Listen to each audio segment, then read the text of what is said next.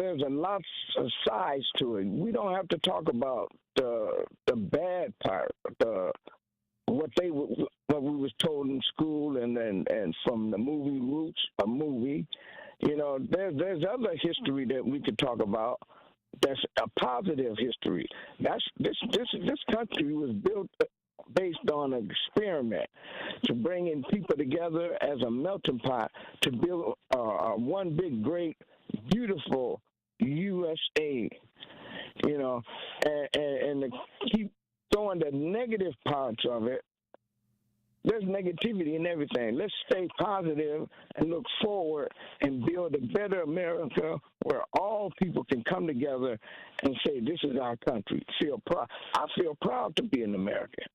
I'm not an African American. I'm an American. And that's what we all are that were born here. Mr. Rogers, can I interject? I don't need a title. I'm just speaking on myself. I don't need a title. Okay, so can we admit that there were some parts of our history, which is American history, that were unflattering and maybe even brutal? Because those things were negative. They were very terrible. They were very violent. Do you think that hold on, Mr. Rogers, let me get my question. Let me get my question out, Mr. Rogers. Let me get my question out. Go ahead. Because there were things that happened to black people that were very negative, and they were very violent, and they were very brutal. And we can't change that because those things happened some time ago. Well, some things are still happening now. Do you think that we are better served as black people by leaving those negative details out of our history and only talking about the positive? Or should history be taught as it happened, both positive and negative, in chronological order? I think we should move forward, because that messes with people's head to talk about something that happened ages ago. Mr. Rogers, can I ask how old you are? Can I ask how old you are? 65. So you were born in 1959 or 1960? 59. Okay. 59. When you were born, African Americans did not have a protected right to vote, and we had to go through both hell and high water just to be given what was already our right via the Constitution, the right to vote. Do you think that history needs to be told, and the history of Bloody Sunday and those that died and those that marched? Do you think that the violence inflicted on black people just simply following the Constitution, should that be told, or is that negative and should be kept out of history? The life of John Lewis, as an example, or the assassination of Dr. King, should that be erased from history books because it's negative and violent, or should it be told?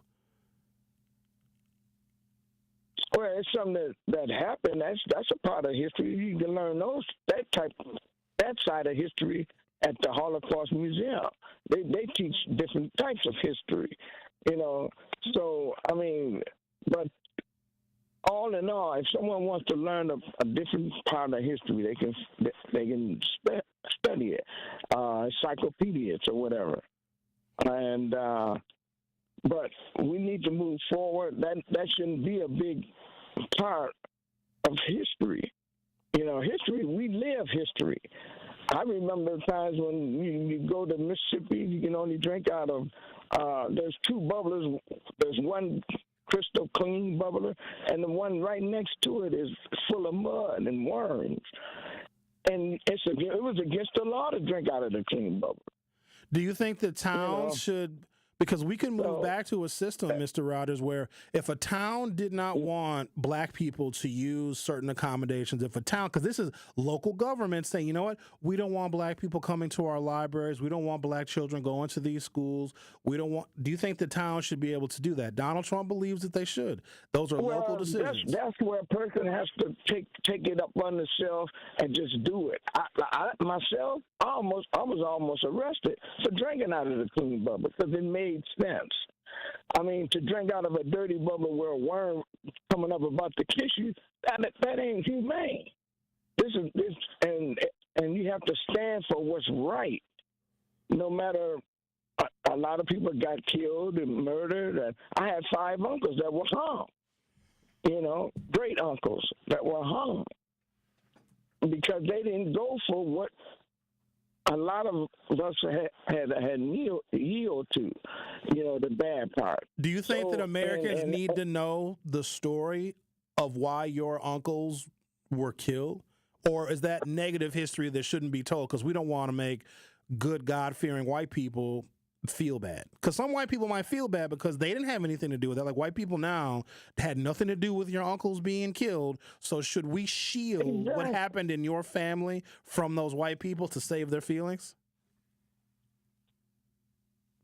Well, here's another. It necessarily don't have to be white people because we own businesses down in Mississippi, and they were vandalized, burnt down, and written KKK on the wall. But as we lived in that community, it could have been black folks that burned it down that were jealous and put KKK on. It was just No, we need to move forward in a positive way, in a humane way, and to unify this country as Americans.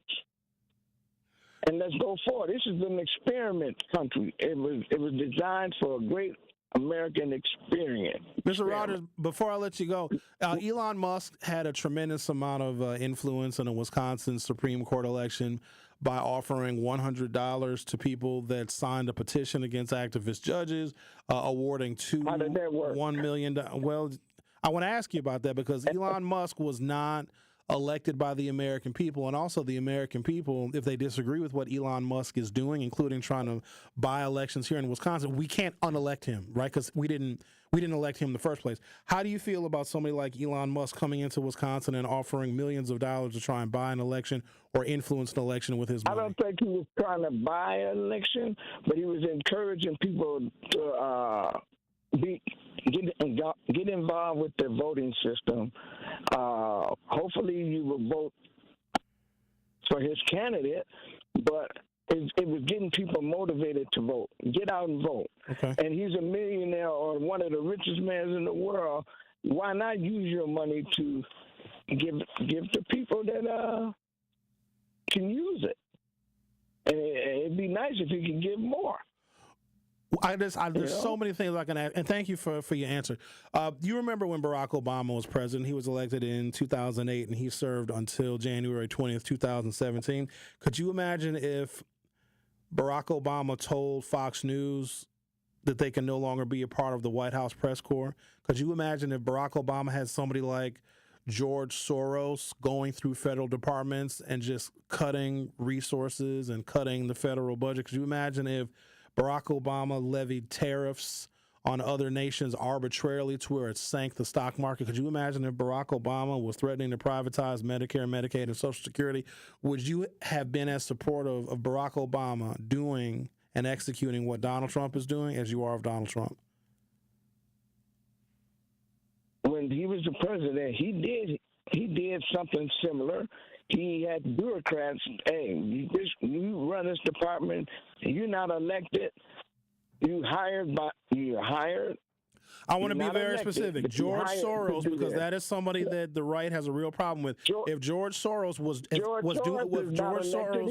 hold on, let me give you the premise. If George Soros was selected by Barack Obama to go through each and every federal department and just haphazardly slash and cut different federal departments, and if George Soros was openly and publicly giving $1 million checks to people in Wisconsin and in other places to vote, would you have had a problem with that? That's a yes or no. No, because he's doing it anyway. Okay. No, he's doing it anyway. Right? So, George, you have evidence to prove that George Soros... You wouldn't know his name. Hold on a second, You wouldn't know his name. Tim, you have evidence of George Soros actually giving out in front of cameras, on TV, publicly, traveling to different states and handing out $100 bills and giving $1 million checks to people to vote for Barack Obama's appointed and favored judges. You actually saw that happen before. They talk about it all the time. Did you see it though? I know they talk about his name. Right. Because he's a Democratic, he's a donor. But did you see him front and center on TV? Did you see George Soros next to Barack Obama at rallies, jumping up and down wearing a cheesehead hat? And if so, I'd love to see that video. I don't know what he looked like. Okay. You don't know he could have been there. Okay. He could have been there. Well, Tim, thank you for your call. I really do appreciate it. I think that we learned a lot from you. I look forward to meeting you in person, and we can chop it up some more. Okay. Just to let you know, I am the chairman of the North Branch Republican Party. Maybe we can get together. You can come on down, have some coffee and donuts. I'll check my schedule, and maybe we can make that happen. There's a lot more questions I have for you, as you can imagine. All right. I appreciate you, sir. All right. Thank you. All right, then. Okay. Okay. Well, he gave his perspective. Now, hold on, everybody. I see the chat is going crazy. I know. I see you guys on YouTube. Going crazy too. They got a lot to say. Oh, there is a lot of people on hold. Okay, why don't we do this? I'm going to take a break. I'm going to come back. We're going to talk to Sherman, the caller, and whoever, and Brian on line 3. What you just heard, that was Tim Rogers. He is chairman of the Northern Republican Party, whatever, here locally in either southeastern Wisconsin or Milwaukee. He has run for Congress a number of times against Congresswoman Gwen Moore. He just gave his perspective on a variety of topics. I asked him about Trump. I asked him about tariffs. I asked him about Elon Musk. I asked him about history and the evaporation of D.E.I. That was one man's perspective. I don't know if he represents the full thinking of an African-American Trump supporter. You know what I found so ironic, Rick? Go ahead and say it, because we're probably thinking the same thing. 5 of his uncles were killed or lynched, and he was just like, that's a negative part of history. Let's not talk about that. Yeah. And he said he almost got arrested for drinking out of probably a whites-only drinking fountain, and he just